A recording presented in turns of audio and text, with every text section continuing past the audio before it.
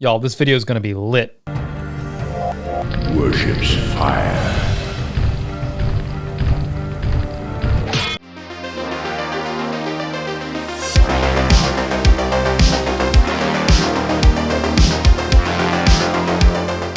One of the conceptions of deities that I think a lot of pagans have early on in our exploration is this idea that seems to get put into our heads at some point that seems to be inspired by popular fiction or some conceptions of how mythology is taught, that the gods are representations of different elements of nature specifically. So, there's a god of fire or a god of water. And at one point I was thinking about this elemental divide and, I could assign Jord to earth or Aegir or Northr to water. Air could be Skadi or Freya, but who is fire? Is there a god of fire? Am I looking at this wrong? Let's take a look.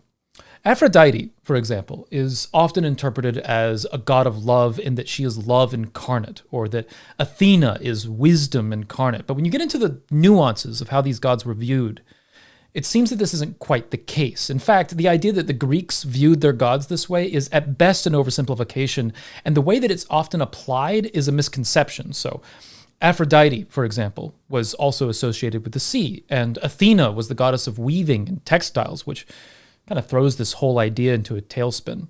The same goes for the Norse gods. Who is the Norse god of war, for example? At times it seems that damn near all of them are, but they're war gods in different ways. So let's dive into this with respect to fire. And I think we can dive into this perspective with other concepts as well in the future. So, the Norse god of fire. Who is it? The most obvious candidate for a god of fire in a general sense is a Jotun named Logi. Now, Logi appears in a story where Thor has found himself with Loki in the hall of a powerful Jotun named Utgarda-Loki. Now, this story is a little strange because it contains both Loki and Utgarda-Loki, both very nuanced characters in Norse mythos who may or may not be the same being. But in this story with Logi, they are seen as distinct. There are, however, interpretations of the story where Loki is playing both parts of the narrative in order to mess with Thor, but that isn't expressly clear and is but one way to view this story. In the story, Utgarda-Loki challenges the strengths of the Aesir, and he pits Thor and Loki against his Jotun champions. He consistently laughs and calls out Thor's weakness in the challenges, and Logi is assigned to compete with Loki in a magnificent eating contest. A giant banquet is prepared, and Loki is placed on one end, and Logi on the other, and the one who can eat the most wins. And the contest starts, and they both consume as much as they can, and they meet in the exact middle. But while Loki ate every bit of the food down to the bones, Logi consumed everything. The food, the chairs, the table, the plates themselves. And it's revealed that Logi is the very destructive force of fire and consumes all that is in his path. And it's determined that Logi is the winner of the contest. Afterward, Thor rises to the challenge in this story and wrestles with an ancient and decrepit Jotun who brings him down to one knee. A large cat comes in, which Thor can only lift a single paw off the ground. A mead horn is given to Thor, which he cannot seem to finish. And after Thor's embarrassing performance in these challenges, Utgarda-Loki escorts Thor out of his territory.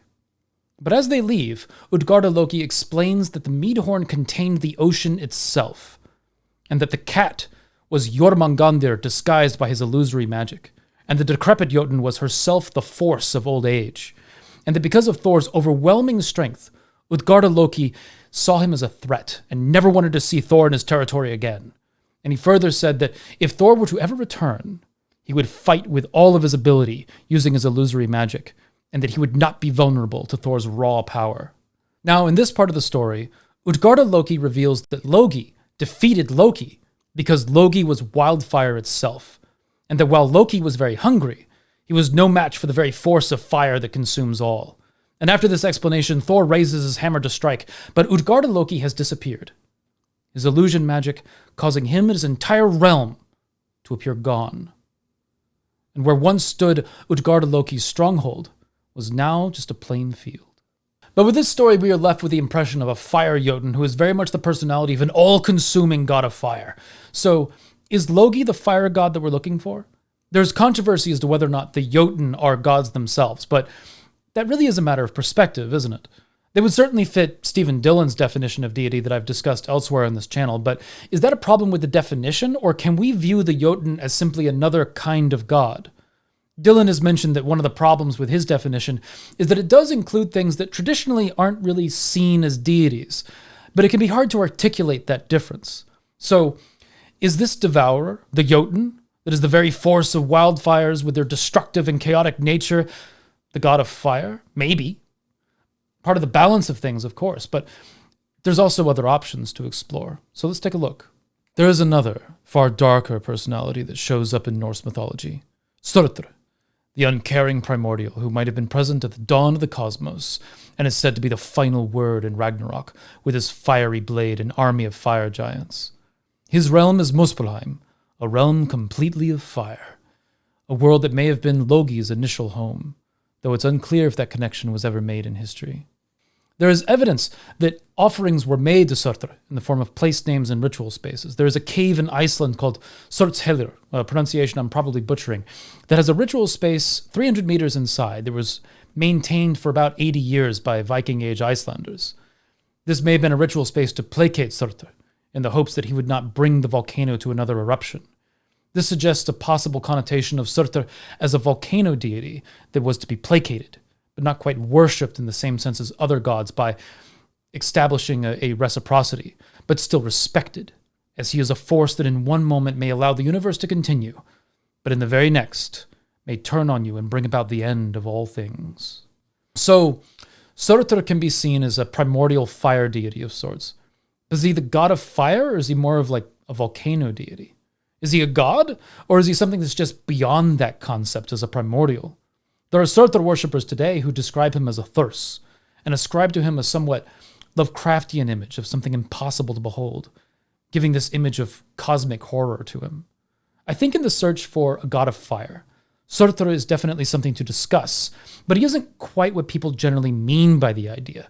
Surtr as a primordial seems to surpass the concept of god of fire and into his own category of just something else entirely.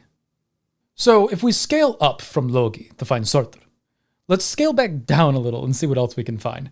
There is an often overlooked story in this discussion of a god of fire about the Dwarven brothers Brokkr and Eitri, who are responsible for many of the treasures of the gods, including Odin's spear, Gungnir, and Thor's famous hammer, Mjolnir.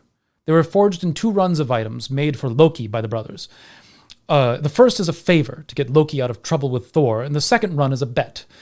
Loki had offended Thor while playing a trick on his wife, shaving her head. There doesn't seem to be another point to shaving her head other than he thought it would be funny. Thor did not think it was funny. But Loki swore that he could get to the Dark Elves, also known as Dwarves, and he could get them to forge a replacement for Sif's hair. So Thor let him go and allowed him to attempt reconciliation.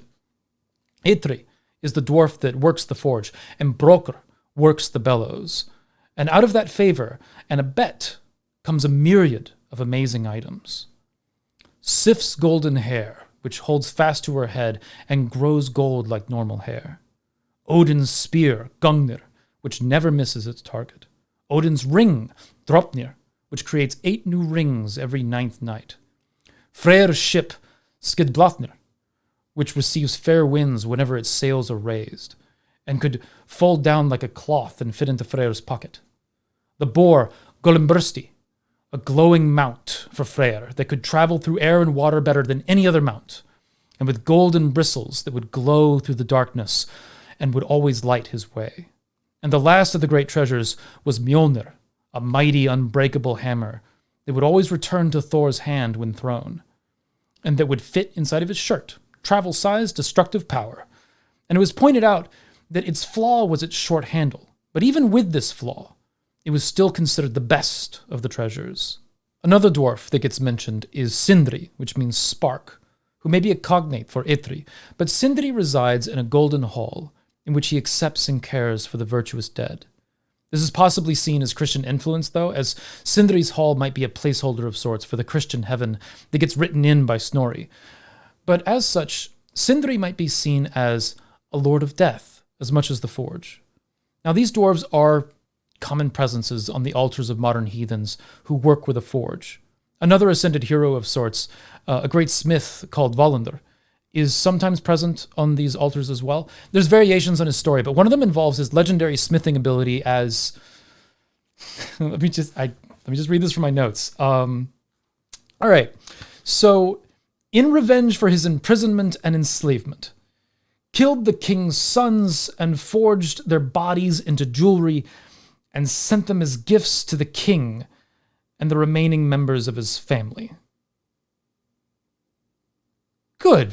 But Brokkr, Eitri, and Sindri are all dwarves, which aren't quite seen as gods. And in a discussion that I had with a friend of mine who gives offerings to Brokkr and Sindri before working with his forge, even he mentioned that he doesn't quite see them as gods, but more as powerful spirits that have a hand in things.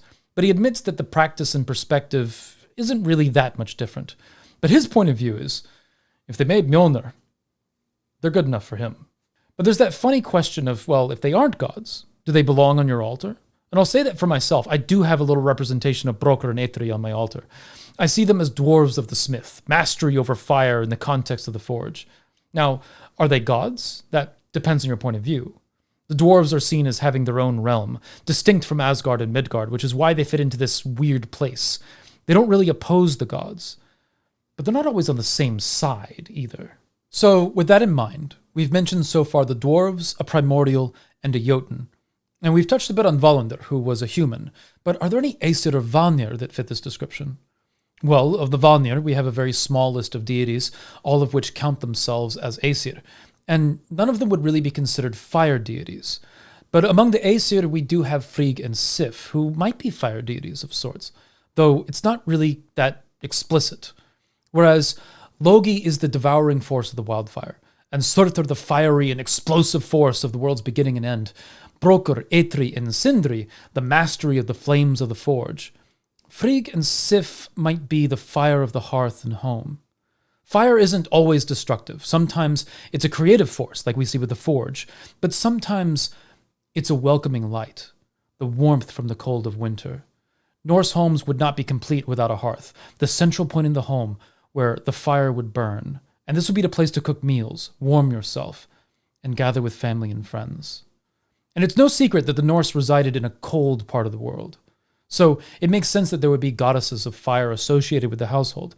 Frigg, the wife of Odin, appears closely related to the hearth, and along with Freya, has a connotation with childbirth and the raising of children. Frigg may as well have an association with the sacred bond of marriage, being a goddess associated with brides. As such, Frigg is often related to the home, and would be the warm personality represented in the warmth of the hearth, and the care provided by the fire in the home. But a series of interesting associations also come with Sif, the seldom mentioned wife of Thor with golden hair forged in the fires of the dwarves Eitri and Brokkr. As we mentioned before, Loki shaved Sif's head as a prank, which was then replaced on Thor's demand. And the hair, which would grow naturally from Sif's head once bound to her, was said to be strands of shining gold. Now, gold is discussed at length in the Prose Edda. It has many nicknames, two of which are the hair of Sif and the fire of Aegir, referencing a time during a great feast when Aegir, Jotun of the ocean and friend of the gods, placed gold in the hearth to light the halls of Asgard. Now, the link between gold and the hearth, along with Sif's hair as strands of gold, brings a possible suggestion of Sif as a hearth goddess as well, with hair of shining gold like fire. This gives Sif a more direct reference to fire than even Frigg as a fire goddess in this context. And in my personal practice, this is applied. Beefeld and Wolf the Red both performed a house blessing when I moved into this home, that, in the spirit of my hearth cult, which is my personal approach to the faith, included an offering to Sif. And I tend to see the protective nature of Thor and the warmth of Sif to be elements of the home. And the home should be a place of warmth and protection, both in the hearth and in the environment that you build there. So, are Frigg and Sif goddesses of fire? Maybe not in the way we were looking for when we initially set out to explore this concept, but I think we can walk away with the perspective that it's a more complicated question than we might want it to be. There are many perspectives on fire. The fire in the hearth is not the same as Surtr's fire. The fire in the forge is different than the wildfire. So when you say God of Fire, the question might be the context of fire and where we stand in relation. And with that, hail to my patrons for making this content possible. It's good to have people at your back. Hit the subscribe button and set fire to the bell for not giving proper notifications. And remember to find a way or make one.